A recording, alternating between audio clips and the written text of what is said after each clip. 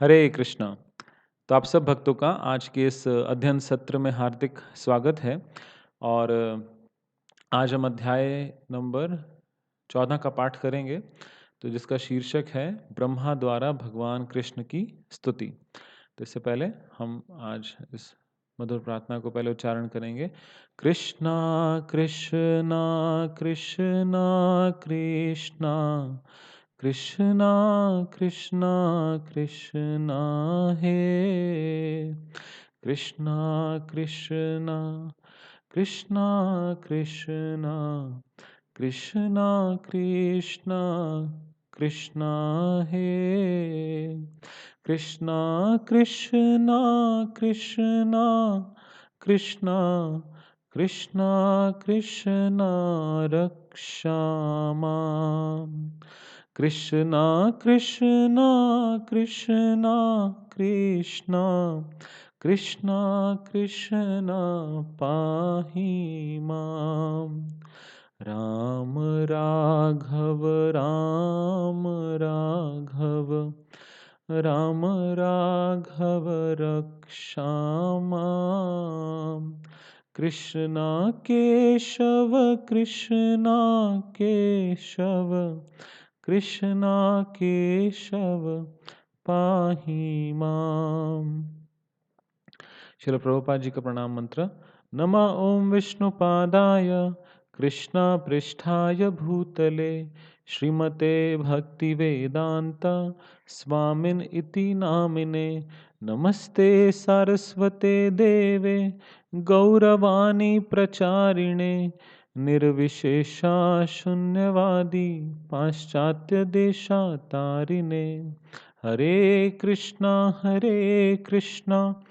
कृष्णा कृष्णा हरे हरे हरे राम राम राम हरे हरे। तो अभी तक हमने पिछले अध्याय में ये पढ़ा था कि जितने भी ग्वाल बाल थे और जितने भी बछड़े थे, वो सब वास्तविकता में भगवान श्री कृष्ण ने अपना विस्तार किया था, क्योंकि वो नहीं चाहते थे कि जितनी भी माताएं हैं और जितनी भी गायें हैं उनको इस बात का दुख हो कि उनके पुत्र और उनके बछड़े वापस गुम हो गए हैं, खो गए हैं। तो ब्रह्मा जी जब आए तो भगवान ने उनको वास्तविक स्थिति का ज्ञान कराया, और फिर ब्रह्मा जी को बहुत दुख हुआ कि उन्होंने भगवान के प्रति अपराध किया। ऑल तो ब्रह्मा जी अपने हिसाब से तो बहुत जल्दी आए थे, लेकिन यहाँ पर 1 साल बीत चुका था धरती पर, तो इसलिए फिर उनको अपनी गलती का बहुत ज़्यादा दुख हुआ और उन्होंने फिर भगवान से प्रार्थना करना प्रारंभ किया। तो आज के इस अध्याय में हम यही पढ़ेंगे कि कैसे ब्रह्मा जी ने भगवान श्री कृष्ण को उनकी स्तुति की। तो आइए प्रारंभ करते हैं। ब्रह्मा ने कहा, हे भगवान, आप ही एकमात्र आराध्य परमेश्वर हैं, अतः मैं आपको विनीत प्रणाम करता हूँ और आपको प्रसन्न करने के लिए स्तुति कर रहा हूँ। आपका शरीर जल पूरित बादलों के रंग वाला है। आप अपने पीतांबर से उद्भासित रजत रश्मि मंडल से चमचमा रहे हैं। तो यहाँ पे जो बताया गया, भगवान का जो शरीर का रूप रंग है वो कैसा है? घन श्याम, एक घने जो जल से भरा हुआ बादल, श्याम वर्ण का है, जो जल से भरा हुआ जो बादल का ऐसा रंग होता है, वैसा भगवान का रंग है। मैं महाराज नंद के उन पुत्र को बारंबार सादर नमस्कार करता हूँ जो मेरे समक्ष शंख कुंडल तथा सिर में मोर पंख धारण किए खड़े हैं। आपका मुख सुंदर है। आप मुकुट धारण किए हैं, वन फूलों की माला पहने हैं और हाथ में भोजन का एक ग्रास लिए खड़े हैं। आप हाथ में लकुट लकुट मानी डंडी, बिगुल, सींग तथा वंशी पकड़े हैं। आप लघु चरण कमल वाले भगवान हैं। तो भगवान के बारे में जो भी यहाँ पे ब्रह्मा जी प्रार्थना कर रहे हैं, तो भगवान के अलग अलग जो बॉडीली फीचर्स हैं, यानी कि जो शारीरिक उनकी विशेषताएं हैं, उनके बारे में ब्रह्मा जी भगवान से प्रार्थना कर रहे हैं। तो हे प्रभु, लोग मुझे समस्त वैदिक ज्ञान का स्वामी कहते हैं और मुझे ही इस ब्रह्मांड का सृष्टा कहा जाता है, किंतु अब यह सिद्ध हो चुका है कि मैं आपको नहीं समझ सकता, भले ही आप बाल रूप में मेरे समक्ष उपस्थित हैं। आप अपने बाल मित्रों तथा बछड़ों के साथ खेल रहे हैं, जिसका यह अर्थ लगाया जा सकता है कि आपको पर्याप्त शिक्षा प्राप्त नहीं हुई है। आप एक गँवई बालक की तरह भाँति अपने हाथ में अपना भोजन लिए अपने बछड़ों की खोज कर रहे हैं। तो भी आपके तथा मेरे शरीर में इतना अधिक अंतर है कि मैं आपकी शक्ति का अनुमान नहीं लगा सकता। जैसा कि मैं ब्रह्म संहिता में पहले ही कह चुका हूँ, आपका शरीर भौतिक नहीं है, सच्चिदानंद रूपम। तो ब्रह्मा जी यहाँ पे बहुत क्लियरली बता रहे हैं कि भगवान आपको अगर कोई अपैरेंटली देखेगा, अगर बाहर बाह्य रूप से देखेगा तो उसको कन्फ्यूजन हो जाएगी कि भाई ये तो गाँव का छोटा सा लड़का है, अपने हाथ में छोटा सा भोजन लिए अपने दोस्तों को ढूंढता फिर रहा है। तो ऐसा लगता है कि आपको पर्याप्त शिक्षा भी प्राप्त नहीं हुई है। तो कुछ बहुत जैसे कोई बहुत ज़्यादा एलीट या हाई क्लास बहुत पढ़े लिखे लोगों की तरह नहीं लग रहे हैं आप, ऐसा लग रहे हैं कि बहुत एक गांव के लड़के हैं छोटे से, और आपको ज़्यादा शिक्षा प्राप्त नहीं हुई है। लेकिन यही फिर ब्रह्मा जी फिर क्या कहते हैं कि यही अंतर है कि मैं आपकी शक्ति का अनुमान तक नहीं लगा सकता। ब्रह्म संहिता में बताया गया है कि भगवान का शरीर आध्यात्मिक यानी चिन्मय है। भगवान के शरीर तथा उनमें कोई अंतर नहीं है। उनके शरीर का प्रत्येक अंग अन्य किसी अंग का कार्य संपन्न कर सकता है। भगवान अपने हाथों से देख सकते हैं, अपनी आँखों से सुन सकते हैं और अपने पाँव से भेंट स्वीकार कर सकते हैं तथा मुख से सृष्टि उत्पन्न कर सकते हैं। तो यही भगवान ये ब्रह्मा जी बताते हैं कि भगवान के शरीर और उनमें कोई अंतर नहीं है। जैसे हमारा शरीर है और हम आत्मा हैं, तो हम इस शरीर से भिन्न हैं, राइट? जब शरीर का अंत होता है तो आत्मा उस शरीर को त्याग देती है, भौतिक शरीर को। लेकिन भगवान में और उनके शरीर में कोई अंतर नहीं है। भगवान का पूरा शरीर कैसा है? दिव्य है, चिन्मय है, सच्चिदानंद रूप है। तो ये एक बहुत बड़ा फिलोसॉफिकल एक सैद्धांतिक डिफरेंस है कि आध्यात्मिक जगत में या भगवान के शरीर में और भगवान में कोई अंतर नहीं है। वहाँ पे जो बॉडी और सोल की फिलॉसफी है कि आत्मा शरीर से अलग होती है, ये वैलिड नहीं है। ये चीज़ भौतिक शरीर के लिए वैलिड है कि आत्मा भौतिक शरीर से अलग होती है, लेकिन आध्यात्मिक शरीर पूर्ण रूप से चिन्मय है, राइट? और भगवान के बारे में एक और बात यहाँ बताई गई है कि भगवान की सभी इंद्रियां हर चीज़ करने में सक्षम है। भगवान आँखों से हम सिर्फ आँखों से देख सकते हैं, लेकिन भगवान आँखों से सुन भी सकते हैं। अगर हम भगवान को कोई भेंट अर्पण करते हैं, भगवान को कोई भोगा अर्पण करते हैं, घर में ऐसे भोग लगाते हैं, तो ज़रूरी नहीं है कि भगवान हमारी तरह ही हाथ से उठाकर उसे खाएँ। भगवान केवल दृष्टि मात्र से ही क्या कर सकते हैं? उस चीज़ को आस्वादन कर सकते हैं, उसे खा सकते हैं। तो ब्रह्मा जी ये कहते हैं, सकलेंद्रिय वृत्ति मनती अंगानि यस्य सकलेंद्रिय वृत्ति मनती, जिनकी सभी इंद्रियां इतनी शक्तिशाली हैं, they are all powerful, they have, उनके पास सभी इंद्रियों की शक्तियां हैं। ब्रह्मा ने आगे कहा, ग्वाल बाल के रूप में आपका जन्म भक्तों के लाभ हेतु हुआ है, और यद्यपि मैंने आपके बछड़े तथा बालक चुराकर आपके चरण कमलों के प्रति अपराध किया है, किंतु मैं समझ सकता हूँ कि आपने मुझ पर दया की है। यह आपका दिव्य गुण है कि आप अपने भक्तों के प्रति अत्यंत वत्सल रहते हैं, किंतु मैं अपने प्रति आपका स्नेह होते हुए भी आपकी शारीरिक शक्तियों की क्षमता का अनुमान नहीं लगा सकता। यह समझना होगा कि जब मैं इस ब्रह्मांड का परम पुरुष ब्रह्मा होकर बाल रूप श्री भगवान के शरीर का अनुमान नहीं लगा सकता, तो फिर अन्यों का क्या कहना? और यदि मैं आपके बाल शरीर की आध्यात्मिक शक्ति का अनुमान नहीं लगा सकता, तो फिर मैं आपकी दिव्य लीलाओं को कैसे समझ सकता हूँ? तो ब्रह्मा जी कह रहे हैं कि मैं तो इस ब्रह्मांड का परम पुरुष हूँ, मतलब मैं सृष्टि का नहीं, मैं तो ब्रह्मांड का परम पुरुष हूँ, और मैं आपके छोटे से शरीर को मिसअंडरस्टैंड कर गया, मैं धोखा खा गया कि ये व्यक्ति एक्चुअली में श्री भगवान, मैं समझ नहीं पाया। तो जब मैं आपको आपके शरीर को देख के नहीं समझ पाया, अनुमान नहीं लगा पाया, तो मैं आपकी आध्यात्मिक शक्ति और आपकी दिव्य लीलाओं को कैसे समझ पाऊँगा? और फिर बाकियों का क्या कहना, कि अन्यों का क्या कहना, जो इतने, ब्रह्मा जी तो हमने पिछले चैप्टर में पढ़ा था कि वो वैदिक ज्ञान के सर्वोपरि अथॉरिटी हैं, है ना? और जो सरस्वती देवी हैं वो पूर्ण रूप से उनके नियंत्रण में हैं। ऐसे ब्रह्मा जी भी भगवान को नहीं समझ पाए, तो फिर अन्य का क्या कहना?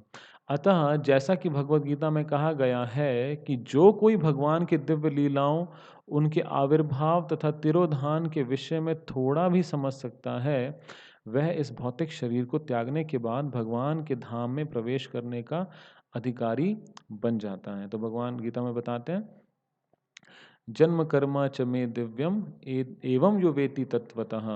मेरे जन्म और मेरे कर्म कैसे हैं? दिव्य हैं। एवं यो वेति तत्वतः, और जो व्यक्ति इसको तत्व से समझ जाता है तो उसके साथ क्या होता है? एवं यो वेति तत्वतः त्यक्त्वा देहम, इस देह को छोड़ने के बाद त्यक्त्वा देहम पुनर्जन्म, पुनर्जन्म नहीं होता। ना एति माम एति सो अर्जुना। माम एति मतलब वो व्यक्ति मेरे पास आता है।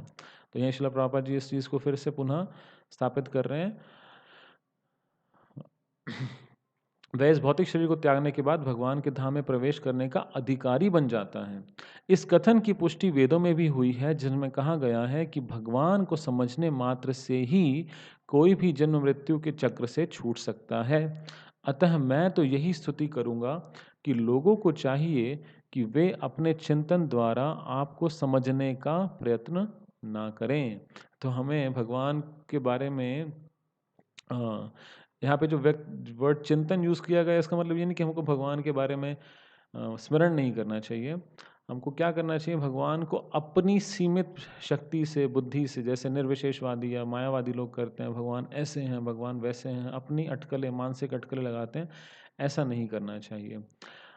आपको समझने की सर्वोत्तम विधि यह है कि चिंतन को विनम्र भाव से त्याग कर आपके विषय में या तो आपसे सुना जाए, जैसा कि आपने भगवत गीता तथा अन्य समान वैदिक साहित्य में वक्तव्य दिए हैं, अथवा किसी सिद्ध भक्त से सुना जाए जिसने आपके चरण कमलों में शरण ले रखी हो। या तो हम भगवान से स्वयं सुने, भगवान के बारे में हम भगवान से ही सुने, जैसे भगवत गीता में भगवान ने या अलग वैदिक साहित्य में भगवान के बारे में वक्तव्य दिए गए हैं, या फिर हम किसी शुद्ध भक्त से सुने, सिद्ध भक्त से, जिसने आपके चरण कमलों में शरण ले रखी है। तो ये श्रील प्रभुपाद जी हम सबके लिए उन्होंने इतनी सारी पुस्तकें लिखी। श्रील प्रभुपाद जी भगवान के परम शुद्ध भक्त हैं, जिन्होंने भगवान की कथा का, भगवान के नाम का इतना प्रचार किया।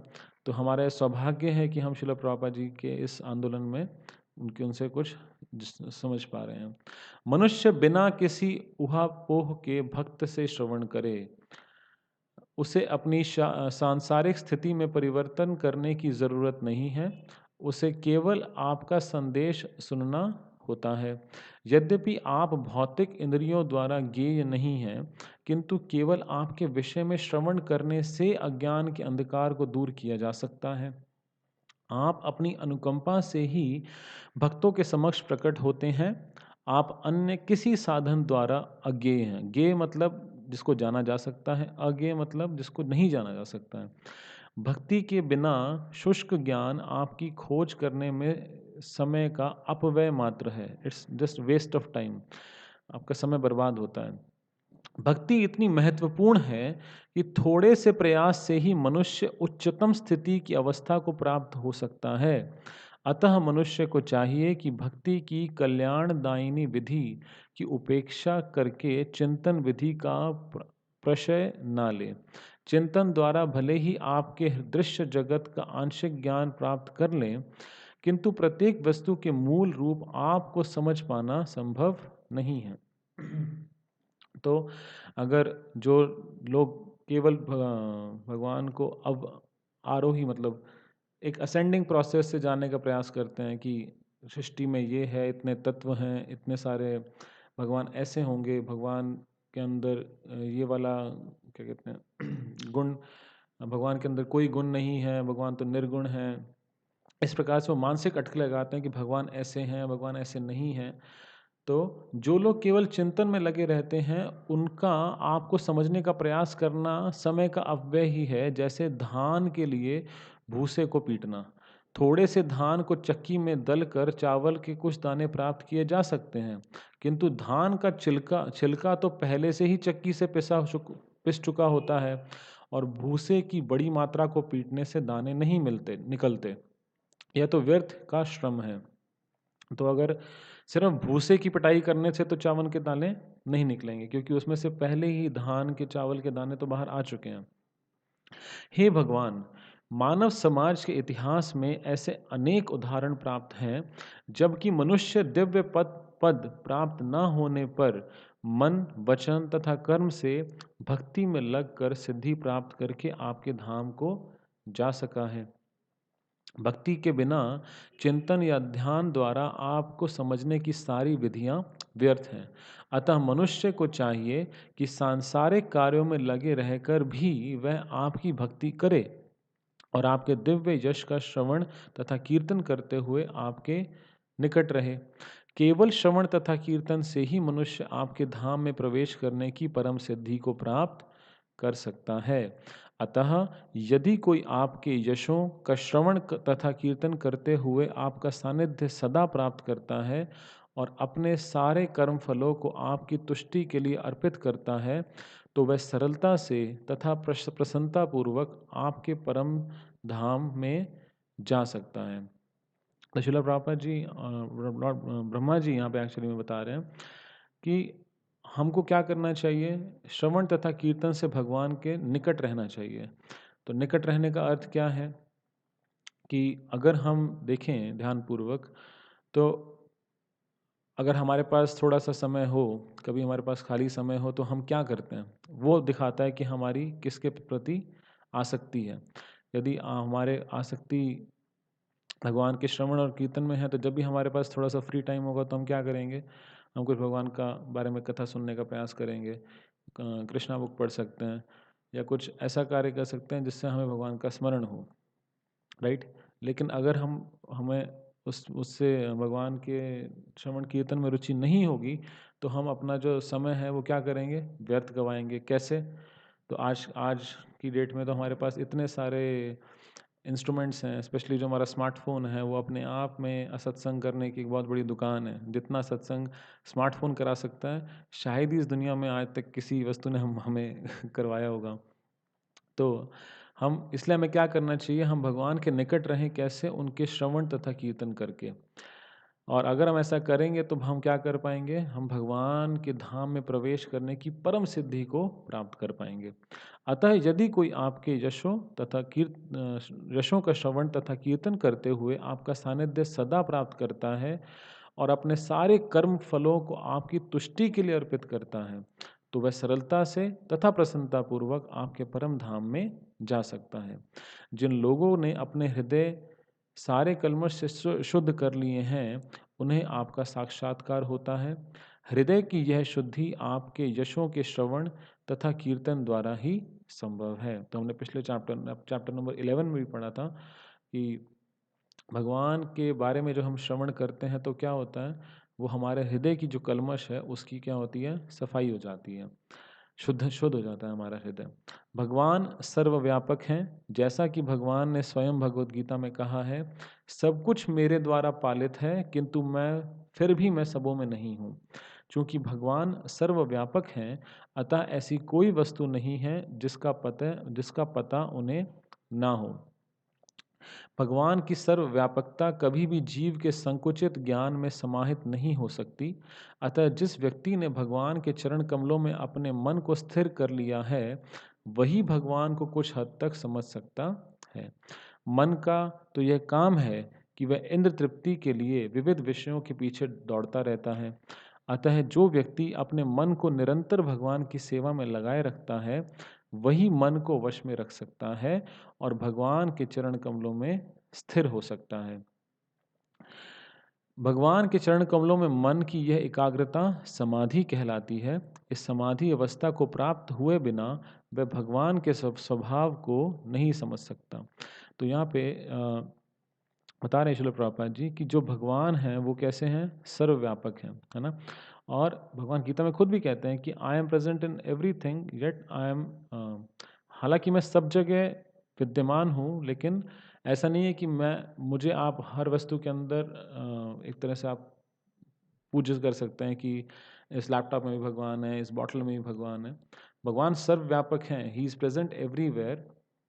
येट इसका मतलब ये नहीं है कि हम हर वस्तु की पूजा भगवान के रूप में करें। तो भगवान सर्वव्यापक हैं, लेकिन उनको हर चीज़, हर वस्तु का उन्हें ज्ञान है, पता है। भगवान की सर्वव्यापकता कभी भी जीव के संकुचित ज्ञान में समाहित नहीं हो सकती, यानी कि हमारी जो नॉलेज है वो बहुत संकुचित है, बहुत लिमिटेड है। और भगवान कैसे हैं, सर्वव्यापक हैं। तो जो व्यक्ति है, एक लिमिटेड नॉलेज वाला व्यक्ति कभी भगवान को पूर्ण रूप से समझ ही नहीं सकता है। अतः जिस व्यक्ति ने भगवान के चरण कमलों में अपने मन को स्थिर कर लिया है, वही भगवान को कुछ हद तक समझ सकता है। वो व्यक्ति भगवान को थोड़ा-सा समझ पाएगा। कौन-सा व्यक्ति? जिसने भगवान के चरण कमलों में अपने मन को क्या किया है? स्थिर कर लिया है। मन का तो ये काम है कि वह इंद्र तृप्ति के लिए भागता रहता है, लेकिन जो भगवान के चरण कमलों में अपने मन को निरंतर लगाए रखते हैं, वही अपने मन को वश में कर सकते हैं।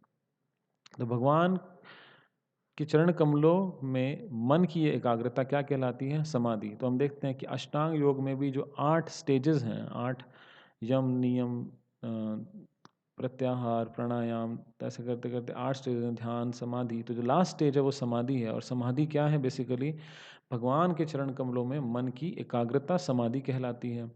इस समाधि अवस्था को प्राप्त हुए बिना वह भगवान के स्वभाव को नहीं समझ सकता। कुछ दार्शनिक या विज्ञानी विराट प्रकृति के एक-एक अणु का अध्ययन कर सकते हैं। वे इतने प्रगतिशील भी हो सकते हैं कि विराट आकाश या आकाश के समस्त ग्रहों तथा नक्षत्रों के परमाणुओं का, यहाँ तक कि सूर्य या कि आकाश, तारों तथा अन्य ज्योतिष्कों के चमकीले अणुओं की गणना कर सकते हैं, किंतु श्री भगवान के गुणों की गणना कर पाना संभव नहीं है। तो यहाँ पे शिल प्रभुपाद जी बता रहे हैं कि हो सकता है हमारी मॉडर्न साइंस इतनी प्रगतिशील हो जाए कि हम क्या-क्या कर सकें, इस विराट आकाश में जितने ग्रह हैं, जितने नक्षत्र हैं, उनके एटम यानी उनके परमाणुओं और उनके अंदर क्या-क्या चीज़ें हैं, उनके कितना नंबर है, उनके बारे में हम सब कुछ जान सकते हैं। एक-एक अणु का अध्ययन कर सकते हैं। लेकिन आप श्री भगवान के जो गुणों की गणना कर पाना संभव नहीं है। तो जैसा कि वेदांत सूत्र के प्रारंभ में कहा गया है कि परम पुरुष समस्त गुणों का मूल आधार है, वे सामान्यतया निर्गुण कहा जाता है। निर्गुण का अर्थ होता है गुणों से रहित, किंतु निर्विशेष वादी निर्गुण शब्द का अर्थ किसी भी गुण से विहीन लगाते हैं। चूंकि वे भगवान का गुण अनुमान लगाने में असमर्थ हैं, अतः वे इस निष्कर्ष पर पहुंचते हैं कि भगवान में कोई गुण नहीं होता। किंतु वस्तुतः स्थिति यह नहीं है। असल बात यह है कि वह समस्त गुणों के मूल आधार हैं। सारे गुण सदा उन्हीं से उद्भूत होते रहते हैं। अतः एक ससीम व्यक्ति किसी तरह भगवान के गुणों की गणना कर सक अतः एक ससीम व्यक्ति किस तरह भगवान के गुणों की गणना कर सकता है? वह किसी एक क्षण के लिए भगवान के गुणों की गणना कर भी ले, किंतु दूसरे ही क्षण इन गुणों की संख्या बढ़ जाती है और भगवान के दिव्य गुणों का अनुमान लगाना संभव नहीं है। इसीलिए वे निर्गुण कहलाते हैं, यानी कि वे जिनके गुणों की गणना नहीं हो सकती। तो मायावादी लोग ये कहते हैं कि निर्गुण का मतलब ये है कि जिसके पास कोई गुण ही नहीं है, उनके पास कोई गुण नहीं है। यानी भगवान जो हैं वो एक तेज हैं, एक ब्रह्म तेज हैं, या फिर निराकार हैं, उनका कोई स्वरूप नहीं है, उनका कोई गुण नहीं है। लेकिन यहाँ श्रील प्रभुपाद जी बहुत क्लियरली बता रहे हैं, ब्रह्मा जी बता रहे हैं कि निर्गुण का अर्थ ये है कि किसी व्यक्ति जिसके गुणों की गणना ही नहीं की जा सकती। क्यों? क्योंकि भगवान के इतने असीमित गुण हैं कि अगर कोई गणना कर भी ले, मान लीजिए एक क्षण तक वो कर भी ले, तो अगले क्षण भगवान के गुण फिर और बढ़ जाते हैं। तो इसलिए भगवान के गुणों की गणना करना संभव ही नहीं है। इसलिए वो क्या कहलाते हैं? निर्गुण। अतः मनुष्य को भगवान की गुणों की गणना के अनुमान का निरर्थक प्रयास नहीं करना चाहिए। योग सिद्धि प्राप्त करने के लिए शुष्क चिंतन यानी ज्ञान योग या शारीरिक प्रयास करने की कोई आवश्यकता नहीं है। मनुष्य को इतना ही समझ लेना होगा कि इस शरीर में सुख तथा दुख पूर्व निर्धारित हैं। इस शरीर के दुखों को दूर करने या सुख प्राप्त करने के लिए विविध आसन लगाने की कोई आवश्यकता नहीं है।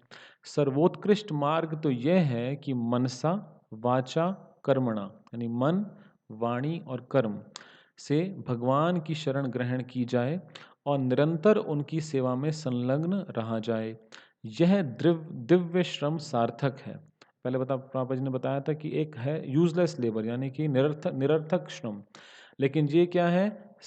सार्थक श्रम, यानी कि भगवान की शरण लेने के लिए हम अपनी मन, वाणी और कर्मों को इस्तेमाल करें और सदा उनकी सेवा में संलग्न रहें।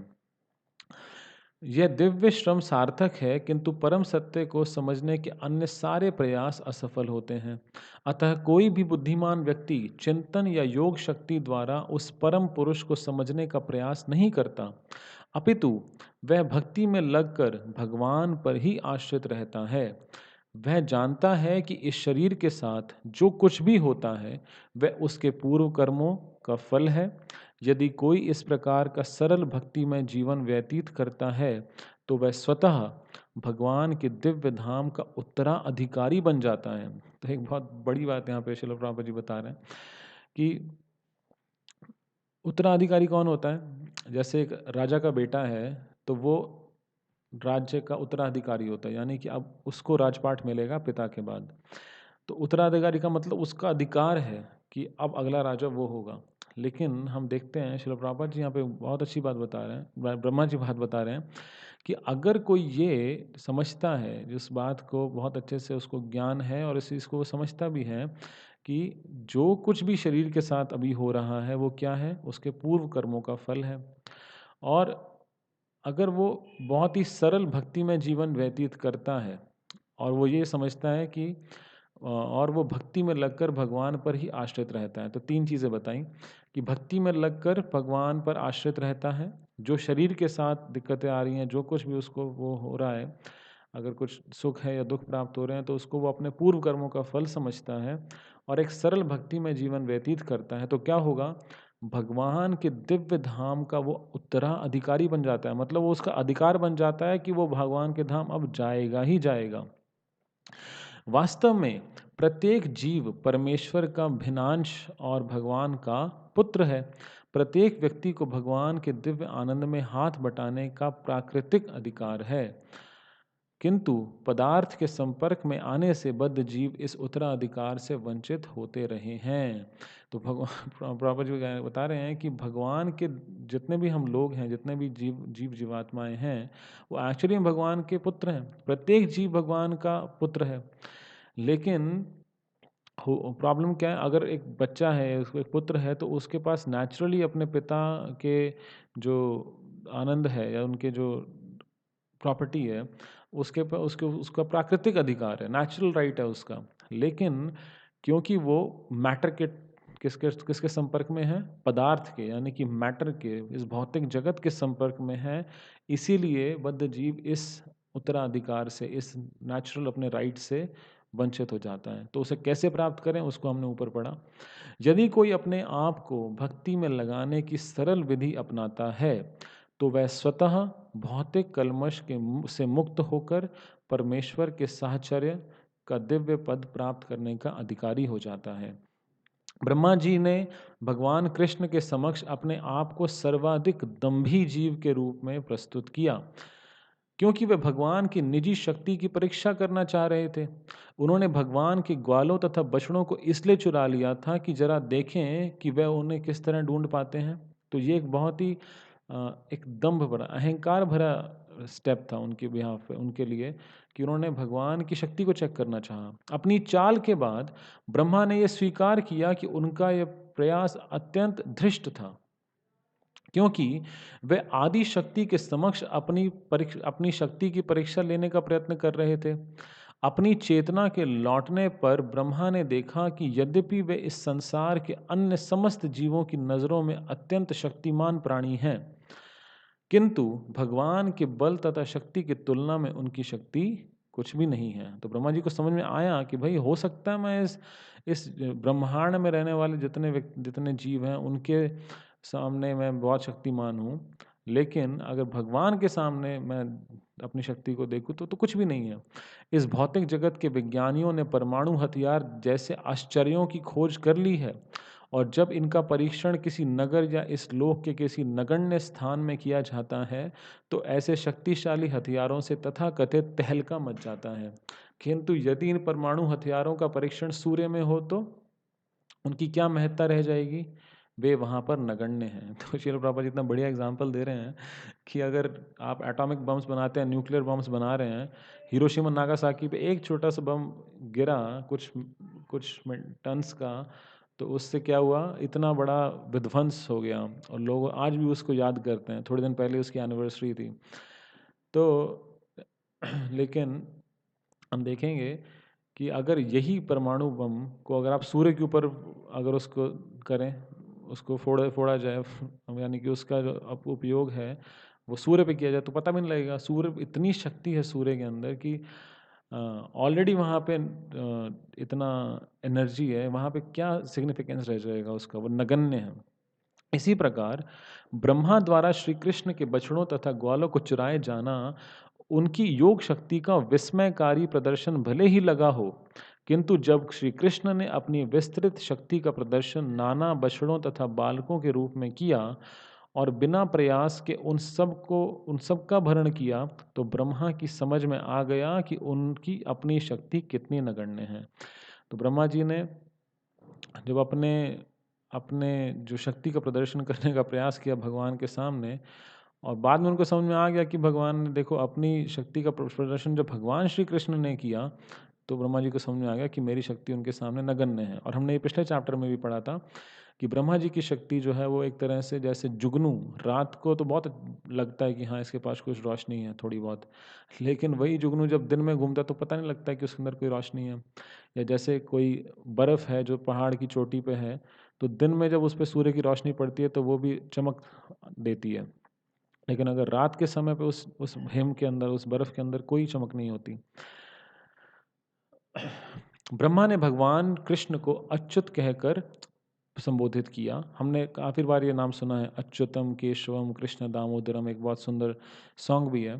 तो भगवान श्री कृष्ण को ब्रह्मा कह रहे हैं अच्युत, यानी कि कहकर संबोधित किया, क्योंकि भगवान अपने भक्त द्वारा की गई छोटी से छोटी सेवा को भी नहीं भूल पाते। अच्युत का वास्तविक अर्थ होता है कि जो अपने स्थान से कभी नहीं गिरता। और भगवान, एक और मीनिंग यहाँ बताया जा रहा है कि भगवान अपने भक्त द्वारा की गई छोटी से छोटी सेवा को भी नहीं भूल पाते।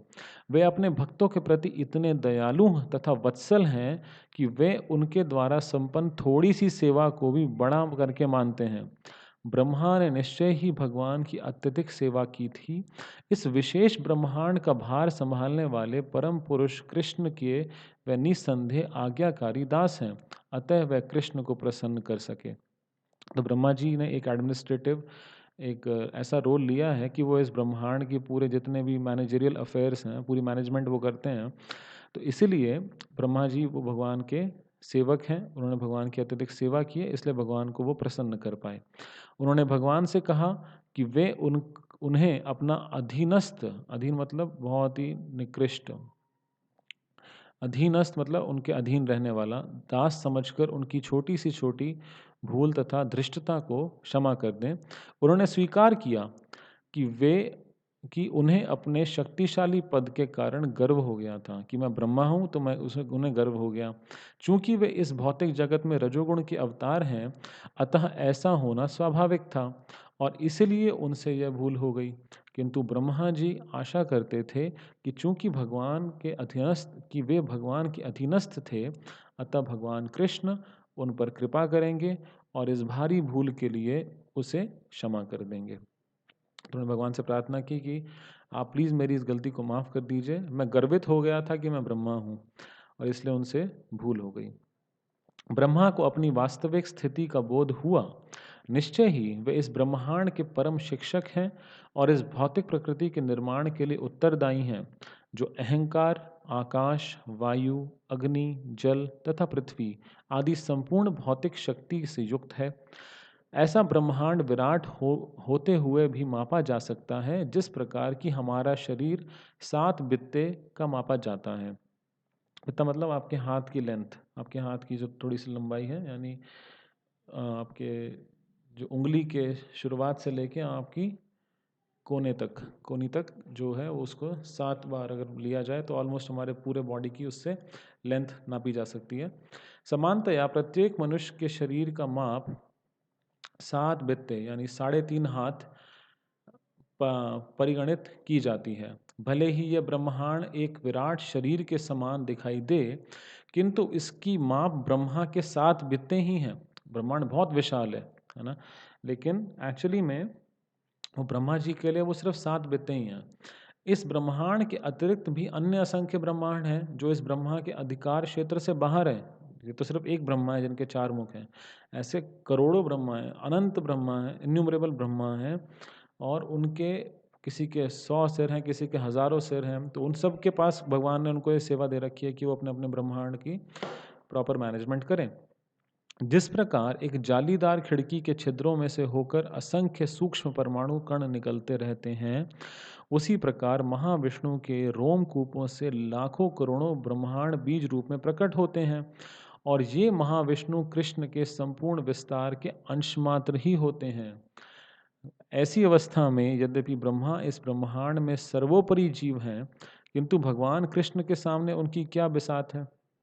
तो यहाँ पे अब फिर से हमने चैप्टर नंबर 2 में पढ़ा था महाविष्णु के बारे में कि महाविष्णु या फिर कारुणदक्षाय विष्णु, जिनके शरीर से, उनके शरीर के जो पोर्स हैं, उसमें से क्या रोम रोम से क्या निकलते हैं, असंख्य ब्रह्मांड निकलते हैं, लाखों करोड़ों ब्रह्मांड बीज रूप में प्रकट होते हैं।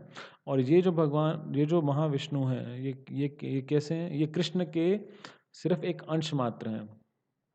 तो इसलिए ब्रह्मा जी की क्या मतलब बिसात या औकात है ब्रह्मा जी की भगवान श्री कृष्ण के सामने क्या औकात है, भले ही वो इस ब्रह्मांड के सर्वोपरि जीव हों। अतः ब्रह्मा ने अपनी तुलना उस शिशु से की जो अपनी माता के गर्भ में रहता है। यदि यह शिशु अपनी माता का शरीर स्पर्श करता है तो क्या माता इस शिशु से नाराज होती है? निस्संदेह नहीं। इसी प्रकार ब्रह्मा चाहे कितने ही महान पुरुष क्यों न हों, वे तथा सारे अन्य अन्य सारे लोग भगवान के गर्भ के भीतर स्थित हैं। भगवान की शक्ति सर्वत्र व्याप्त है। इस सृष्टि में कोई ऐसा स्थान नहीं जहाँ यह शक्ति कार्य ना कर रही हो। चूंकि प्रत्येक वस्तु भगवान की शक्ति के अंतर्गत है, अतः चाहे इस लोक के ब्रह्मा हो या अन्य लाखों करोड़ों ब्रह्मांडों के ब्रह्मा गण हों, वे सब भगवान की शक्ति के अंतर्गत ही विद्यमान हैं। अतः भगवान को माता और माता के गर्भ में स्थित प्रत्येक वस्तु को उसका शिशु माना जाता है। भली माता कभी शिशु से नाराज नहीं होती, यद्यपि वह अपने पाँव को हिला डुलाकर अपनी माता के शरीर को छूता रहता है। तो हम आज का डिस्कशन यहीं पे ही स्टॉप करते हैं, और हम कल इसको आगे पढ़ेंगे। तो यहाँ तक जो आज हमने पढ़ा, तो यहाँ ब्रह्मा जी एक्चुअली में कह रहे हैं कि जब एक बच्चा माँ के गर्भ में होता है, तो कभी कभी वो माँ को थोड़ा सा, वो जब अंदर थोड़ा बहुत हिलता डुलता है या खेलता है, तो क्या होता है, माता को थोड़ा बहुत वो पाँव से स्पर्श करता है, तो ऐसा लगता है कि माँ को टांग से मार रहा है। लेकिन एक माता कभी इस बात का बुरा नहीं मानती, और उसी प्रकार से हम भी भगवान के एक तरह से भगवान के शरीर में ही हम हैं। तो भगवान एक माता, यहाँ वैसे गीता में वैसे भगवान को पिता के समान कंपेयर किया गया यहाँ, लेकिन यहाँ ब्रह्मा जी उनको माता से भी कंपेयर कर रहे हैं कि जितने भी यहाँ पे ब्रह्मांड हैं, ब्रह्मांड में जितने भी लोग हैं, वो हम सब किस में हैं, भगवान के गर्भ में ही हैं। इसलिए एक माँ, हम प्रत्येक वस्तु जो भी उस माँ के गर्भ में होती है उसे शिशु माना जाता है। तो अगर बच्चे से गलती हो जाए तो आप माँ बच्चे को माफ़ कर देती है। तो उसी प्रकार से यहाँ पे ब्रह्मा जी कह रहे हैं कि मुझसे गलती हो गई है, तो आप मुझे माफ़ कर दीजिए। तो हम आज के डिस्कशन को यहीं स्टॉप करते हैं, और हम आगे कल वापस से पुनः पढ़ेंगे। तो ये थोड़ा सेक्शन था जिसे मुझे समझाना था, बट इसको हम आपको कल समझाएंगे। तो शिला प्रभुपाद की जय, अनंत कोटि वैष्णव वृंद की जय, निताई गौर प्रेमानंदे, हरि हरि बोल।